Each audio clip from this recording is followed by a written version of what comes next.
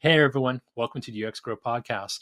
One quick favor before we begin. If you enjoyed the show, please consider subscribing and leaving a quick rating or review. It really helps other people discover the podcast. All right, let's dive in.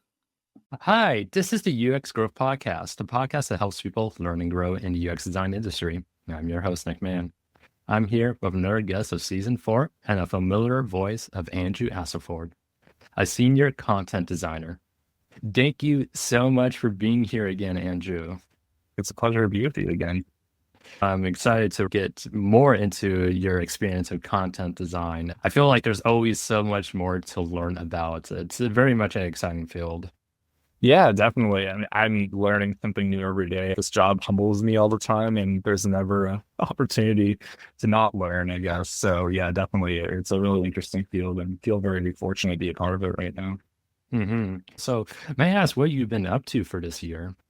I've been a senior in my current role now for almost 2 years, just within the past year, taking on more complex projects, learning about different angles of the content design field and things that a content designer can do. I think there's this perception out there that content designers just work with words, but it goes beyond that.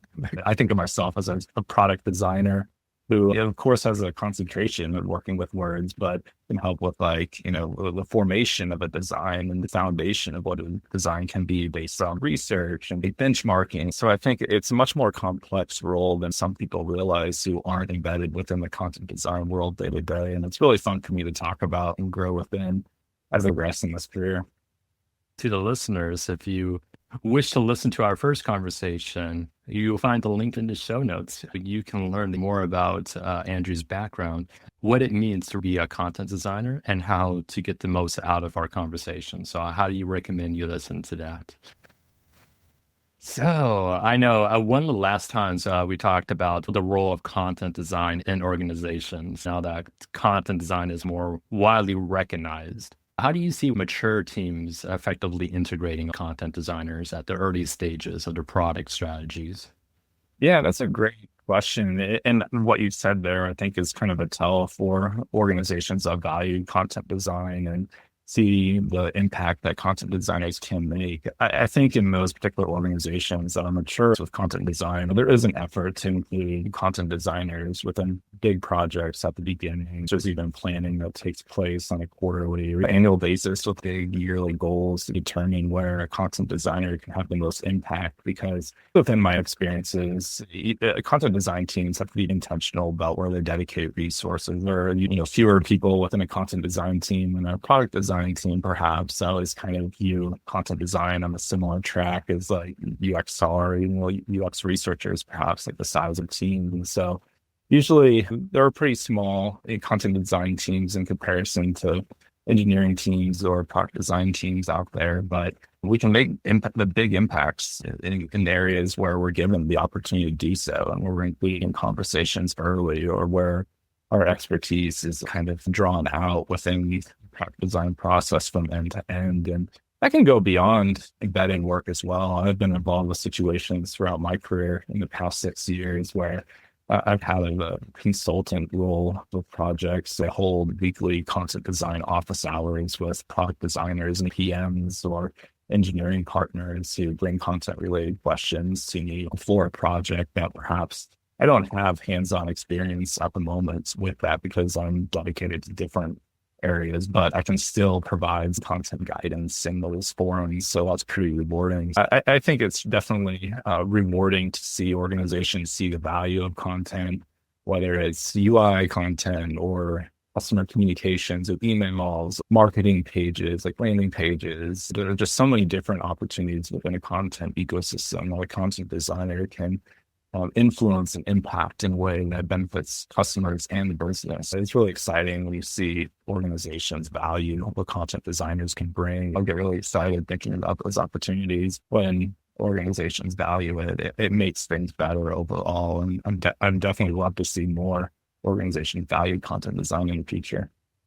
That's so good. Great to hear, because it feels like so many design related roles can feel like a luxury.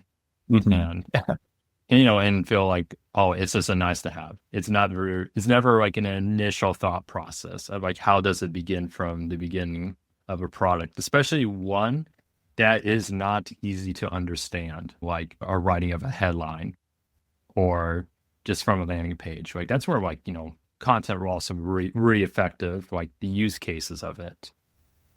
Like there's also like misunderstandings that to really clear up. I imagine these things are just so difficult for like a lot of these very difficult products. I mean, even high products, so many people don't know what it does for you. And there's so much to share about it because our own creativity is our own limitations about it. No, definitely. You'll be surprised how much content is scrutinized within an organization in the review process. Throughout my various jobs in this field, I've experienced this. Initially, people might not think about the words a lot as they build out wireframes and create a prototype. But then you get to reviews of like, leaders or executives and they're cherry picking words and talking about, why is this word here instead of like something else, or this sentence is confusing, or can we delete this? So it's really interesting to see kind of that. I don't want to call it a disconnect, but it's really interesting that words really do matter to people and customers, obviously, too. If things go out in the wild and it's confusing, or if some tone of the content doesn't fit the moment for a particular situation, perhaps a customer's frustrated and they read something that doesn't provide enough empathy to offend people. This stuff really does matter. Thinking about things as like in our daily work, it really is humbling. Knowing how many different voices there can be out there in different situations we have to account for. I'm learning something new all the time. So especially when you're working closely with product managers and designers, I always wonder, how do you build and maintain these strong relationships when you're working on these complex teams across multiple product lines? I'm curious how you're able to make this communication effective and useful for other people who may not even know exactly what you do as a content designer. Definitely. I love this part of the job, and every position I've had in my UX career so far, I can build in relationships and getting to know people is one of the most rewarding things about what I do. This goes back to my journalism career. Anyone who listened to the episode as a part of with you last year might have some background on that. I love developing relationships as a journalist. You know people, various interview situations and experiences over time. And I see a lot of parallels in the UX world with what I did back then. I've been embedded within teams, and I work with a designer, a product manager, an engineering partner, and a UX researcher over time. And through different projects, you get closer with these people. And I think it's just a matter of showing up in a lot of ways.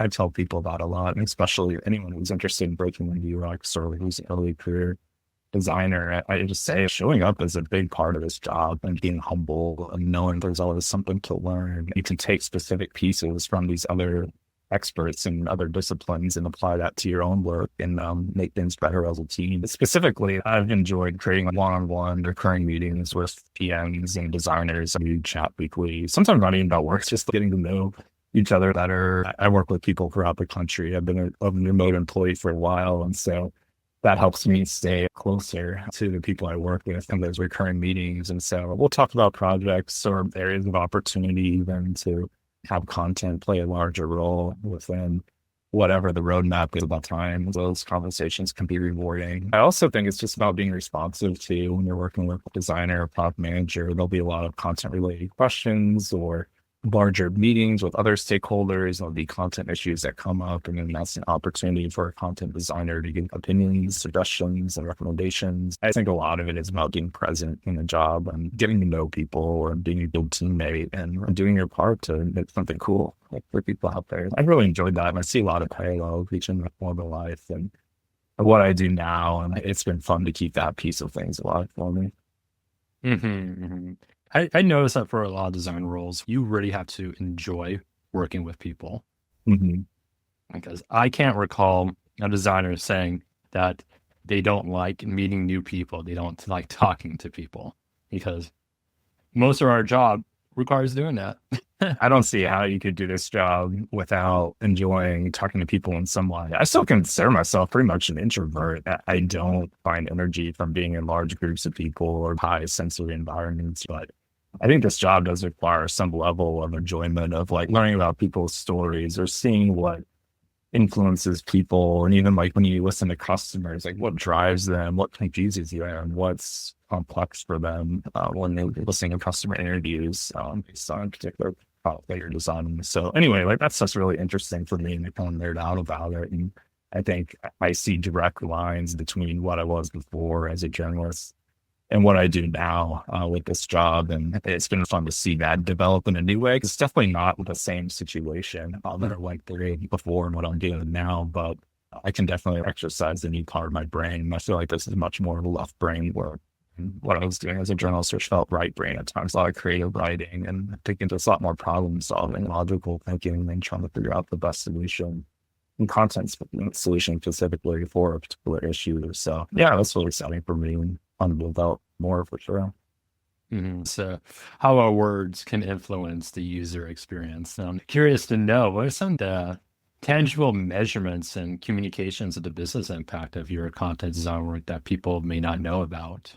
In a lot of ways, good content design isn't noticeable. That's how I try to think about things too. If I'm able to help design content that seamlessly helps a customer go through an experience and accomplish their goal, I think that's good content design. If it doesn't create like a jarring experience in any way, or if they're like, oh, what does that mean? Or I'm confused at this point. Those are red markers for me. There must be something I could do better if the content is leaving some confusion in some way. Or maybe sort of larger like design issue too. Content is surfacing and maybe we have to revisit the design to make things less complex for people. That's something noticeable that content can contribute to as your user testing before something launches. But I've been a part of teams too, where I've been like the content designer on a growth team where we have A/B tests for different CTAs and different like content approaches to sign up pages and conversion opportunities. And it's really fun in those cases to see the horse race of sorts between various content options and see which version is making people convert the best.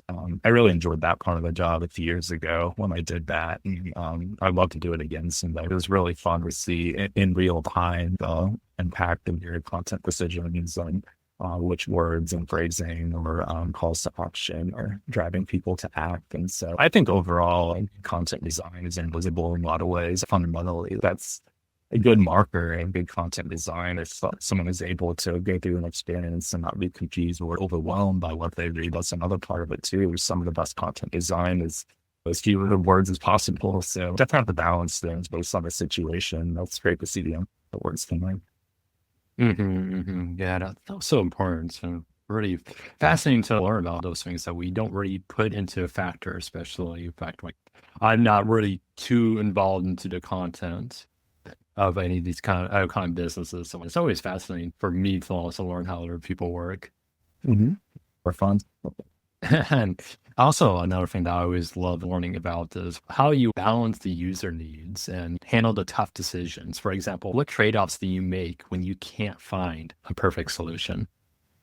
That's a good question. I think in some ways we do have to make sacrifices or compromise based on engineering limitations. We've all been through that as designers. So I've had to revisit content decisions, or I've worked with a top designer approaching a design in a different way. And so I think, content, I always view it as something almost like water. It's like something that can like always be moving or always be changing shape, or something that can be kind of like forever in question. I don't believe any piece of content should be set in still. And when it goes out into the wild, it can always be revisited. And if there's an issue related to it that causes customer calls and support, or causes people to not convert and things like that, I think it's something that will pretty visit. The limitations go into that as well. We might have one possible solution and then go deep into the process and find out it's not possible. And so we're going to have to revisit and perhaps come up with a compromise. And I think that's just part of the job in some ways. And so I've definitely done that before. The best case scenario, you kind of like design something with the best possible solution in mind, and then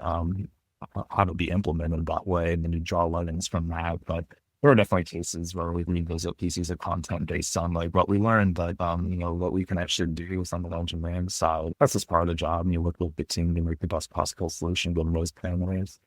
I totally feel you, especially when trying to find a solution and realizing there's multiple solutions. When I do a lot of the visual design side of my work, especially because I come as a graphic designer, the more experience I've gotten, the more I'm realizing that it's less about what I think will work, and it's more about finding out that a lot of things can work regardless of what I think.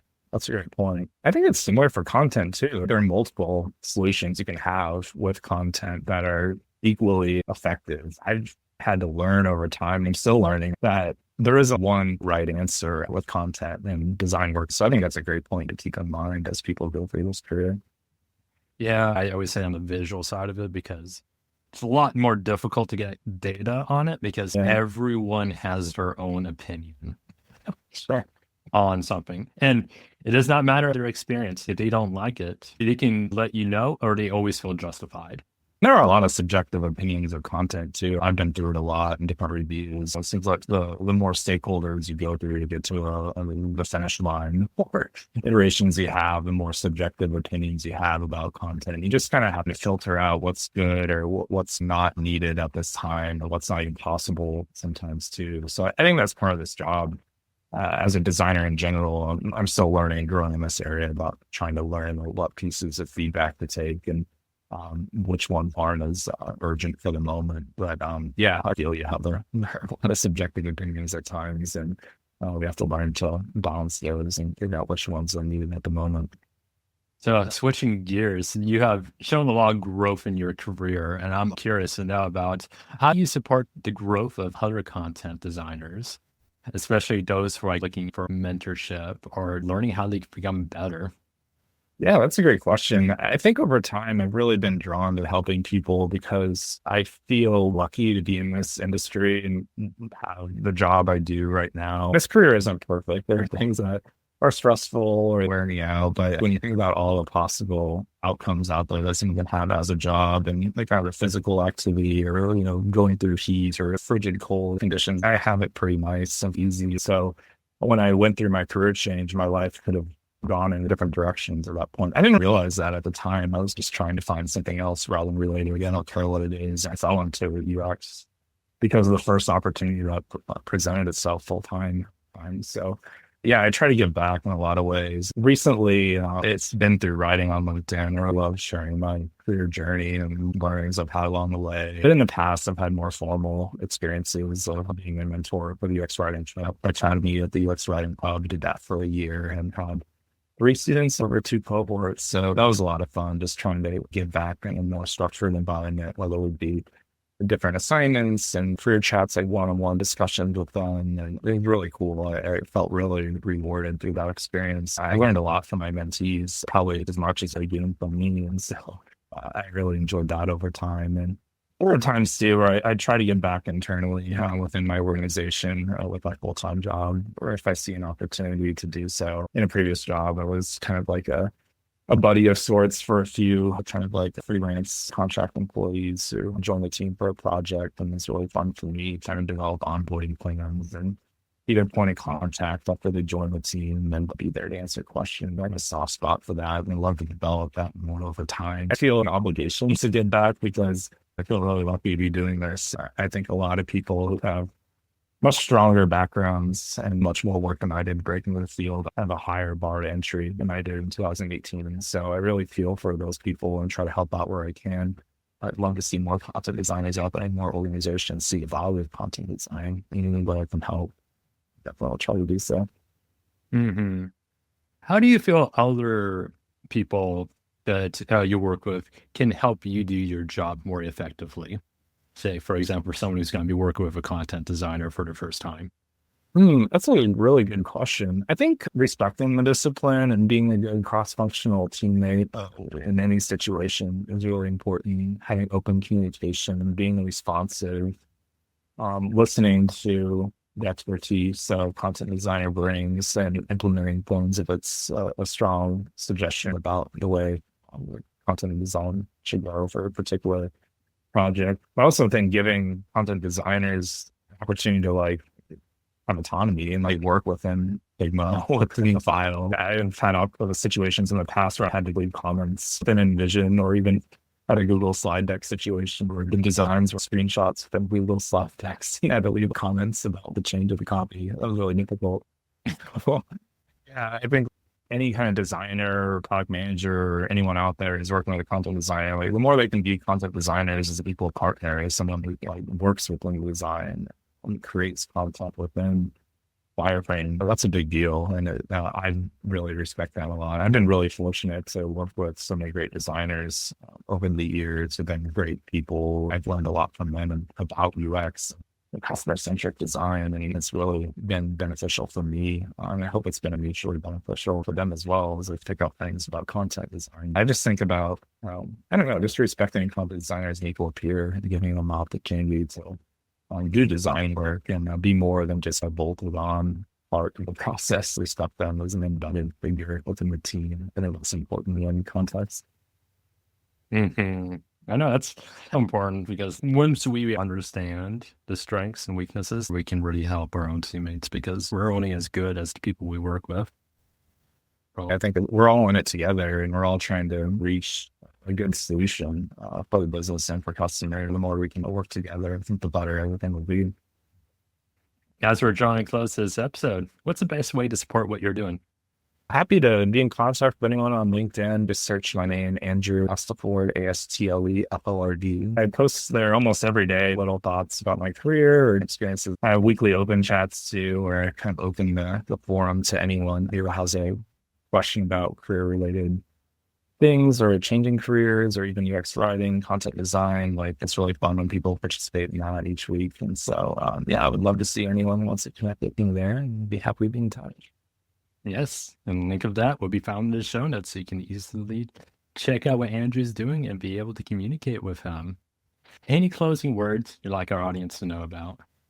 Thank you so much for the invite today. It's always a pleasure to speak about my career and my experiences in content design so far. And I just say to anyone out there who's interested in design work, I know the past few years have been really difficult as far as the job scene and the vibes in general. But if you really love this work, keep that fire alive and follow that passion. It can be really rewarding work, and you meet a lot of smart, interesting people. I'm definitely benefited from this new chapter in my life after I had to change careers and move in a different direction because of layoffs, realizing that career didn't fit the lifestyle I wanted anymore. If you really have a passion for this, keep it going. I stay positive, I'll stay humble, and learn pretty different areas like this or other opportunities out there. People are more willing to help than they think that you come across online and other places. So keep an open mind and best of luck out there.